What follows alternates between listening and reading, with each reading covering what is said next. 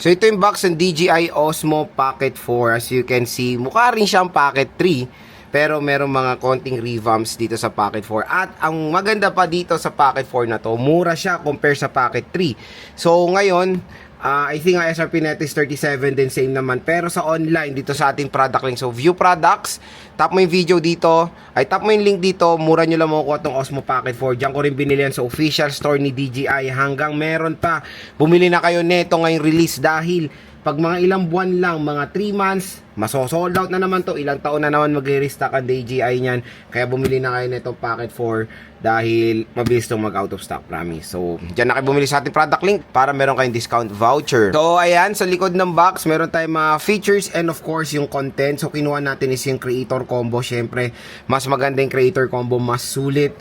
We have your 1-inch 4K resolution, 240 FPS, 14 stop dynamic range, 10-bit D-Log, 3-axis stabilization, 2 times lossless zoom.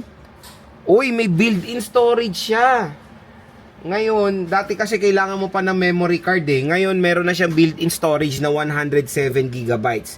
Bukod dun sa ilalagay mo pang memory card. So, very nice. Meron siyang active track 7.0 and an Osmo Audio 4-channel output.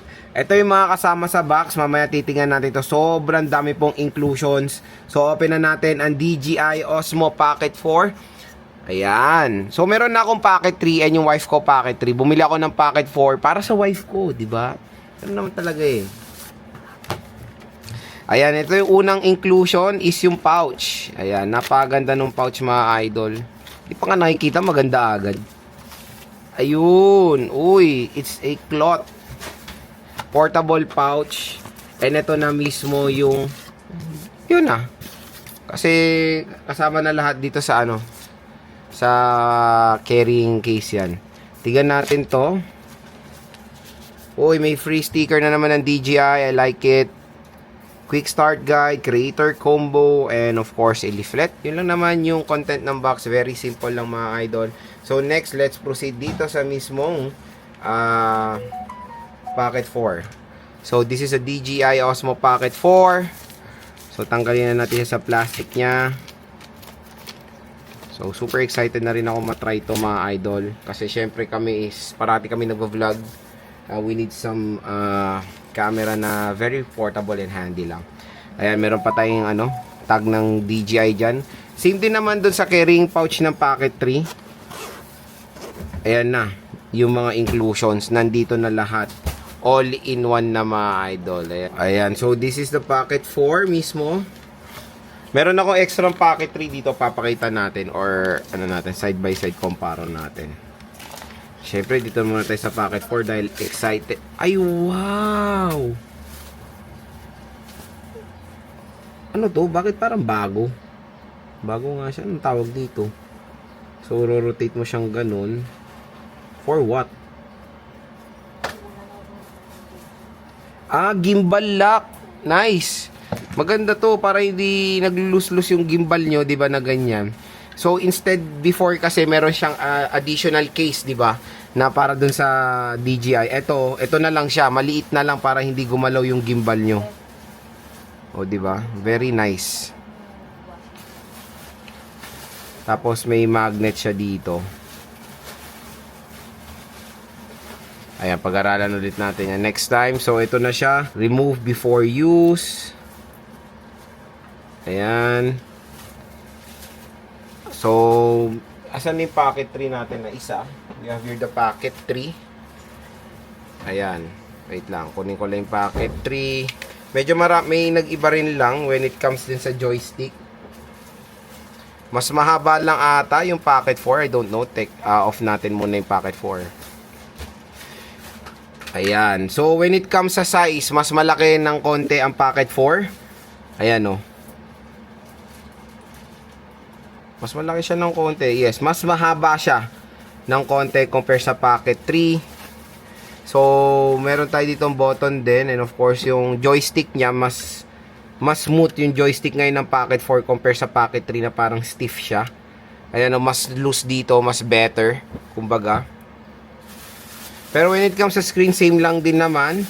Ayan, microphone same din, lalagyanan ng lanyard same din. Sa likod, mas malaki yung ano, yung texture dito ng Pocket 4 compare sa Pocket 3. Ayan. Tapos yung button nila, ayan, ito nag-iba. Dahil sa Pocket 4, may extra button tayo dito. Very nice na move yan sa DJI kasi diga mo dito sa Pocket 3, walang button, di ba? Dito nilagyan nila ng extra button. Yun yung okay doon. So, ayan yung Pocket 4. So, check natin yung mga ibang contents niya. And syempre, makikita nyo naman to sa vlog namin pag nag-green hills kami. Yan yung quality niya. So, check natin yung mga ibang inclusions niya. We have here a wind guard. Yung magnet for the mic. Ayan. Wind guard ulit. Uy, ito yung maganda. Tignan nyo kung gaano kaliit na yung mic nila. This is the mic 3 ng DJI compare sa mic 2 na napakalaki. Ito, ang liit to. Diba? Parang tablet na lang ng gamot. Ang laki naman nun. Ito yung very, ngayon, famous na ring light ng Pocket 4. Ito siya, sana all. Saan nakakabit kaya to sa Pocket 3? Hindi ata kasi meron pong magnet dito sa Pocket 4. Sa Pocket 3 kasi wala tayong magnet. So, ayan. Wow! Sana all. Uy, pag open mo ng DJI, nag-open din yung ring light. Ang ganda naman. Naka-setup pa kasi tayo. Pero ganito itsura niya. Ay, ang ganda mga idol. May ring light na siya. Oh, namamatay din yung ring light. So, yun lang. Siyempre, dito sa Pocket 3 wala. Pwede nyo yung Mighty Band. Mighty Band. Pero hindi yan mag-open ng kusa. Kailangan talaga naka-specific to for the Mic 4. Ay, for the DJI Osmo Pocket 4. Sobrang solid na itong ring light na to. Very portable din. Grabe, ang ganda na itong Pocket 4. And ang bilis, in-order ko to nung April 18 or 17. Dumating ngayong April 21. Ay, 23. Ito yung yung tripod, same din sa Pocket 3. Ito yung extension for the Type-C. Lanyard. Ano to? Ito, hindi ko to alam. Ang dami. C2C. Oh. Medyo may kulang to.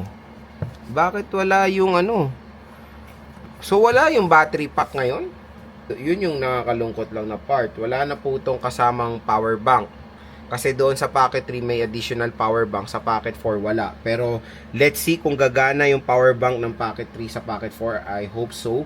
Para hindi na tayo bumili kung sakaling meron na kayo, di ba mga idol? So ayan, yung ating unboxing, quick look dito sa DJI Pocket 4. Kaya kung interested kayo bumili nito, dito na kayo bumili sa ating product link. Mura at bagsak presyo nyo lang makukuha to. At syempre meron pa kayong additional discount voucher pag binili nyo to sa online. At ang maganda pala dito, may cover na yung for the memory card. Kasi sa Pocket 3, naka-open lang siya. Dito may cover na.